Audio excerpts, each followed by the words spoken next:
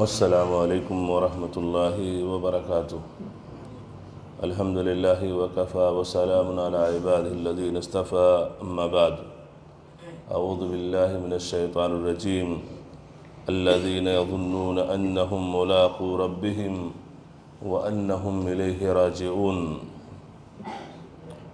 محترم سامعین و ناظرین، گزشتہ آیت جو آپ کے سامنے کل تلاوت کی گئی تھی اور اس کا تفسیر آپ کے سامنے پیش کیا گیا تھا، اس آیت کے اندر اللہ تبارک تعالیٰ نے یہ حکم دیا تھا کہ صبر اور نماز سے مدد طلب کرو، اور یہ چیز لوگوں کے اوپر شاق ہے، دشوار ہے، سوائے ان لوگوں کے جو اللہ سے ڈرنے والے ہیں۔ اور آج کی اس آیت کے اندر اللہ تبارک تعالیٰ نے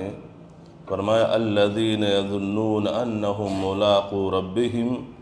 وانہم الیہ راجعون۔ ساتھ ہی ساتھ میں اللہ تعالیٰ نے اس آیت کے اندر یہ وضاحت فرما دی کہ صبر اور نماز سے مدد طلب کرنا یہ ان لوگوں کے لیے بھی آسان ہے جو یہ یقین رکھتے ہیں کہ وہ اپنے رب سے ملنے والے ہیں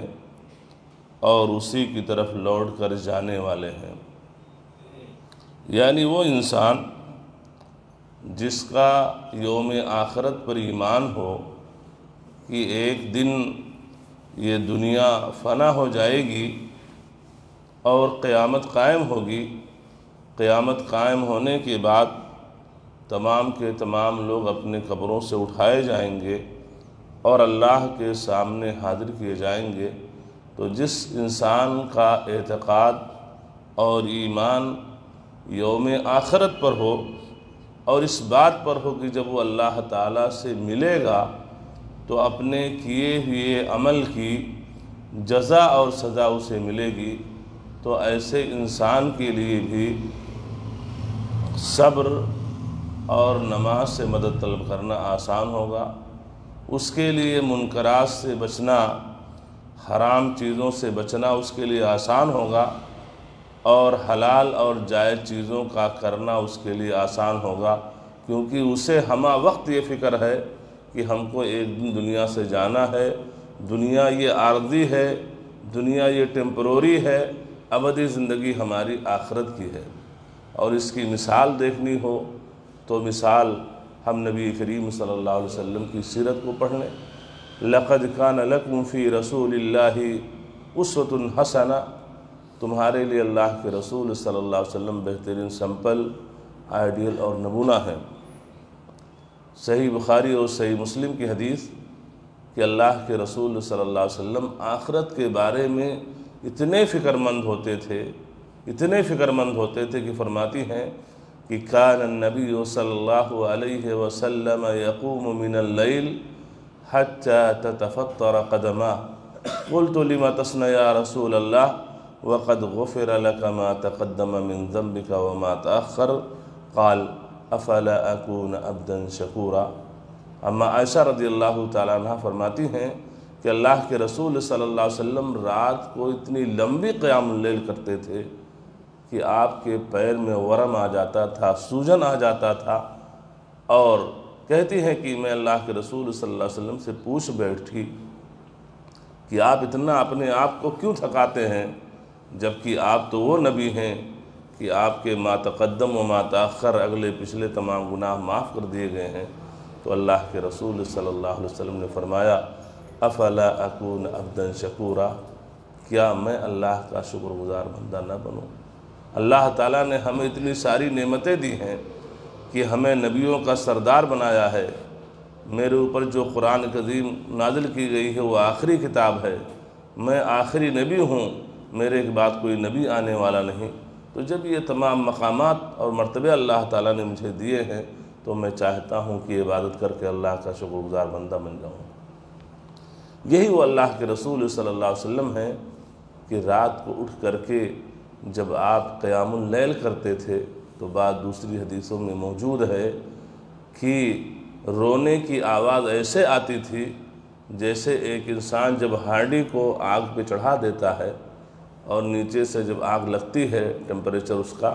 تو جس طریقے سے سالن یا پانی ہانڈی کے اندر ہوتا ہے اور جو پکتا ہے اس کے پکنے کی آواز آتی ہے، ایسے اللہ کے رسول صلی اللہ علیہ وسلم کے رونے کی آواز سنائی پڑتی تھی۔ چیزیں کیوں تھیں؟ آخرت کی فکر تھی، اللہ سے ملنے کی امید تھی۔ اسی طریقے سے ابو بکر صدیق رضی اللہ تعالیٰ عنہ، یعنی یہ چند واقعات ہیں جو عبرت کے لیے بیان کیے جا رہے ہیں کہ کتاب البیوع کے اندر یہ واقعہ نقل ہے کہ ابو بکر صدیق رضی اللہ تعالیٰ عنہ جو خلیفہ اول ہیں اور یہ ان 10 صحابہ کرام میں سے ایک ہیں جنہیں اللہ کے رسول صلی اللہ علیہ وسلم نے جنت کی بشارت دی تھی، کہ فلاں تم جنتی ہو، اس میں سے سر فہرست نام ابو بکر صدیق رضی اللہ تعالیٰ عنہ کا بھی ہے۔ کتاب البیوع صحیح بخاری کے اندر یہ واقعہ نقل ہے، موجود ہے کہ ان کا ایک غلام تھا جو زمانے جاہلیت میں کہانت کا کام کرتا تھا، کہ لوگوں کی ہتھیلیاں وغیرہ دیکھ کر کے اٹکل پچھو جو غیب کی باتیں بتاتے ہیں، کہانت اور نجومی پن کا وہ کام کیا کرتا تھا۔ ایک کلائنٹ نے اس کے کہنے پر اور بتانے پر جو کچھ اس کی اجرت ہوتی ہے، جو ہدیہ ہوتا ہے، اس کو نہیں دیا تھا۔ جب وہ اسلام لا چکا، ابو بکر صدیق رضی اللہ تعالیٰ عنہ کا غلام تھا، ایک دن بازار میں گیا، وہ کلائنٹ اس کا مل گیا، اس نے وہ اجرت اور مزدوری دی اور اسی سے اس نے کوئی چیز کھانے پینے کی خریدی اور لایا، ابو بکر صدیق رضی اللہ تعالیٰ عنہ کے پاس پیش کر دیا۔ ابو بکر صدیق رضی اللہ تعالیٰ عنہ نے جب وہ چیز کھا پی لی، کھانے کے بعد وہ کہتا ہے کہ آپ کو معلوم ہے کہ میں کہاں سے اور کیسے یہ سامان لایا تھا؟ ابو بکر صدیق رضی اللہ تعالیٰ عنہ پوچھا کیا معاملہ ہے؟ اس نے کہا کہ زمانے جاہلیت میں میں کہانت کا نجومی پن کا کام کیا کرتا تھا اور اس وقت ہمیں مزدوری نہیں ملی تھی، آج وہ آدمی ملا، اس نے وہ ہدیہ آج دیا اور اسی پیسے سے میں یہ چیز خرید کر کے لایا۔ تو دیکھیے ابو بکر صدیق رضی اللہ تعالیٰ عنہ جنہیں اللہ کے رسول صلی اللہ علیہ وسلم کے زبان مبارک سے جنت کی بشارت مل چکی ہے کہ اے ابو بکر تم جنتی ہو، لیکن آخرت کی فکر تھی، اللہ سے ملنے کی فکر تھی اور آخرت پر اتنا پختہ ایمان تھا کہ ایک دن ہم جائیں گے اللہ تعالیٰ کے سامنے تو ہمارے کیے ہوئے ہر عمل کی ہم کو پوری جزا اور پوری سزا ملے گی۔ تو ابو بکر صدیق رضی اللہ تعالیٰ عنہ نے اپنے انگلی کو اپنے حلق کے اندر ڈالا، یہ کہتے ہوئے کہ اگر آج میری جان بھی چلی جائے تو اس کی پرواہ نہیں کروں گا، لیکن یہ جو کھانا ہمارے معدے کے اندر یہ حرام کمائی کا گیا ہے، اس کو نکال کر کے رہوں گا۔ اور اس طریقے سے انہوں نے وہ چیز جو کہی تھی اس کو طے کرنے کی کوشش کی اور اس کو معدے سے نکالنے کی کوشش کی۔ تو یہ کون لوگ تھے؟ یہ صحابہ کرام تھے، نبی کریم صلی اللہ علیہ وسلم کے جھرمٹ میں بیٹھنے والے صحابہ کرام تھے کہ ان کو آخرت پر اتنا ایمان تھا اور اتنی پختگی تھی اور یہ تھا کہ ہم کو اللہ سے ملنا ہے، تو کوئی چیز جو نہ جانتے ہوئے بھی، چونکہ وہ چیز جو ابو بکر صدیق رضی اللہ تعالیٰ عنہ نے کھائی تھی ان کو پتہ نہیں تھا کہ یہ چیز حرام کمائی کا ہے، لیکن جب بتلایا گیا تو ہمارے اور آپ کی طرح سے نہیں، چلو اللہ غفور الرحیم ہے، آئندہ نہیں کریں گے، فوراً اسی وقت انہوں نے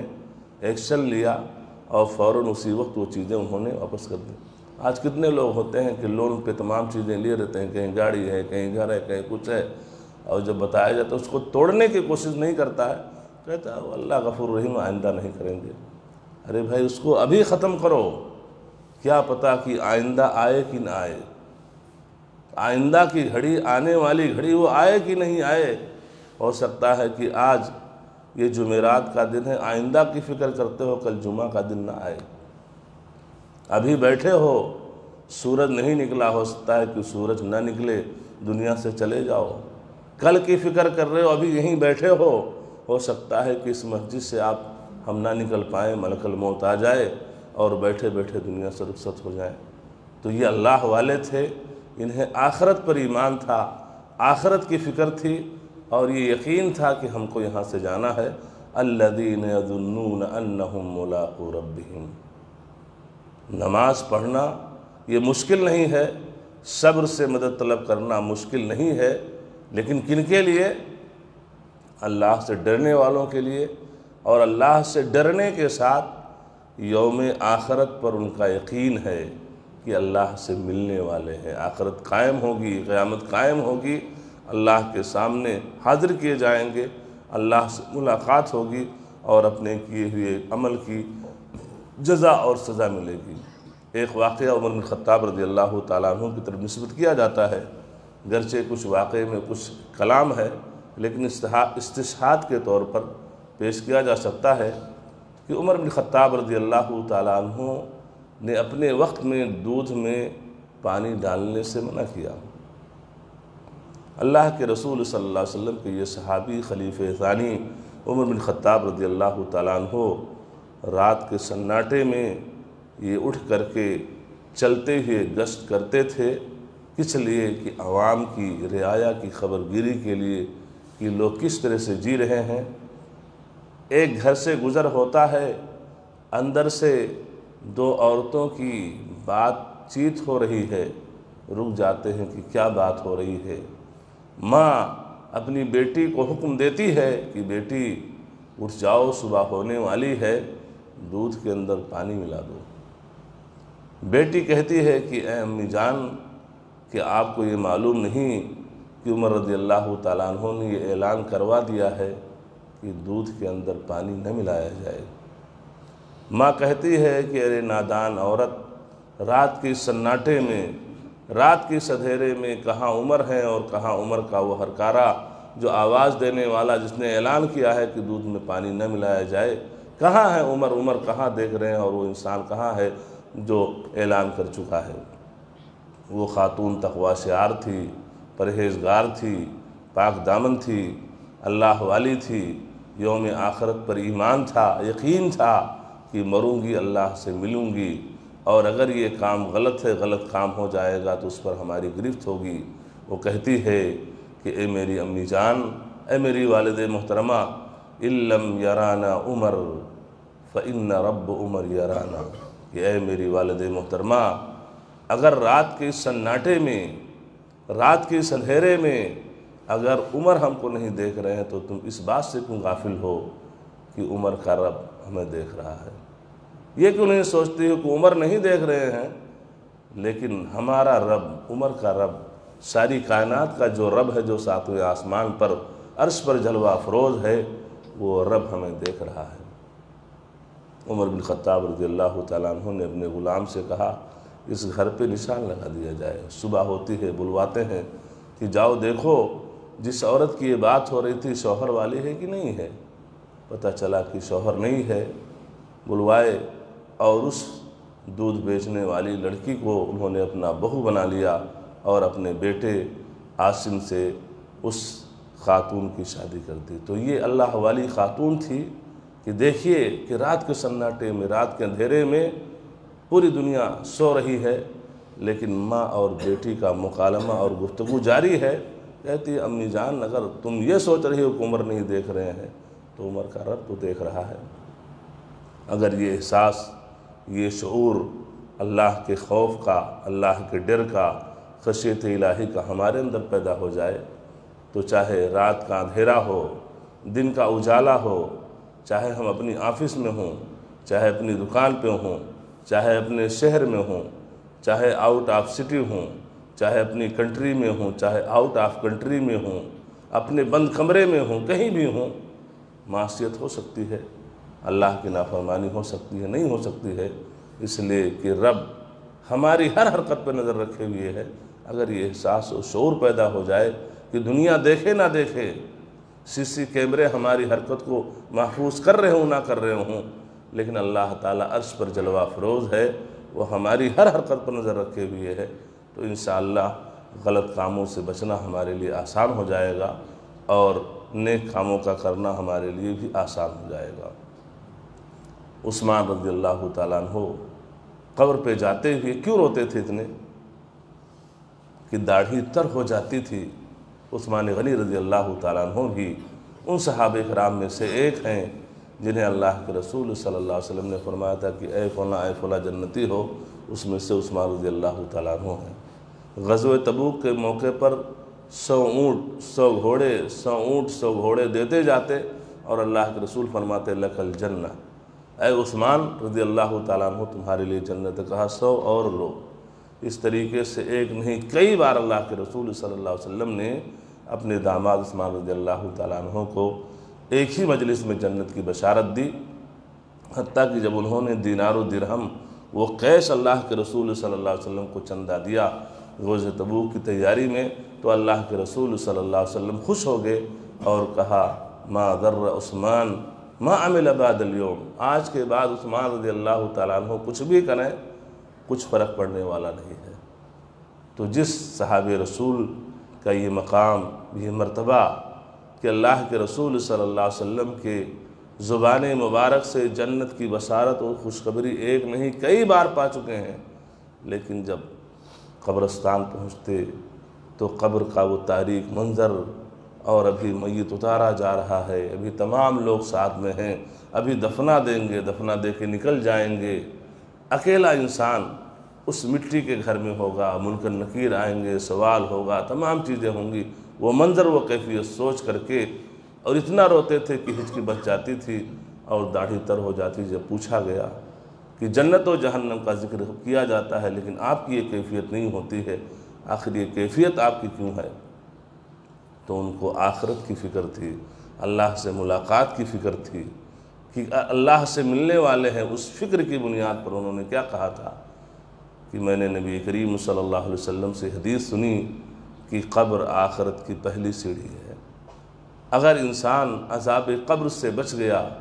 تو بعد کے جو مراحل ہیں بڑے آسان ہوں گے،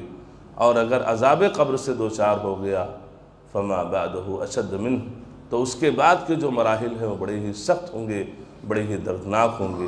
تو یہ صحابہ کرام تھے، یہ چند مثالیں آپ کے سامنے پیش کی گئیں کہ یہ اللہ سے ملنے کا انہیں یقین تھا، یوم آخرت پر یقین تھا، اور اس بات پر یقین تھا کہ کل اللہ سے ملنے والے ہیں، جس کی بنیاد پر ان کی دلی کیفیت یہ ہوتی تھی۔ اللہ تبارک تعالیٰ سے دعا ہے کہ اللہ تبارک تعالیٰ ہمارے دل کو بھی ایسا ہی بنا دے کہ ہم سوتے اٹھتے جاگتے تنہائی میں لوگوں کے بیچ میں جہاں کہیں رہیں، آخرت کی فکر ہمیں دامنگیر ہو، اور یہ ہمارے دل و دماغ کے اندر یہ چیز رچ بس جائے کہ ہم ہمہ وقت تجھ سے ملنے کے لیے تیار رہیں، اور ملنا یہ ہے تو ملنا خیر کے ساتھ ملیں، شر کے ساتھ نہ ملیں۔ اللہ تعالیٰ تو ہمیں اس کی توفیق عطا فرما۔ وصلی اللہ علی نبینا محمد وعلی آلہ وصحبہ وسلم۔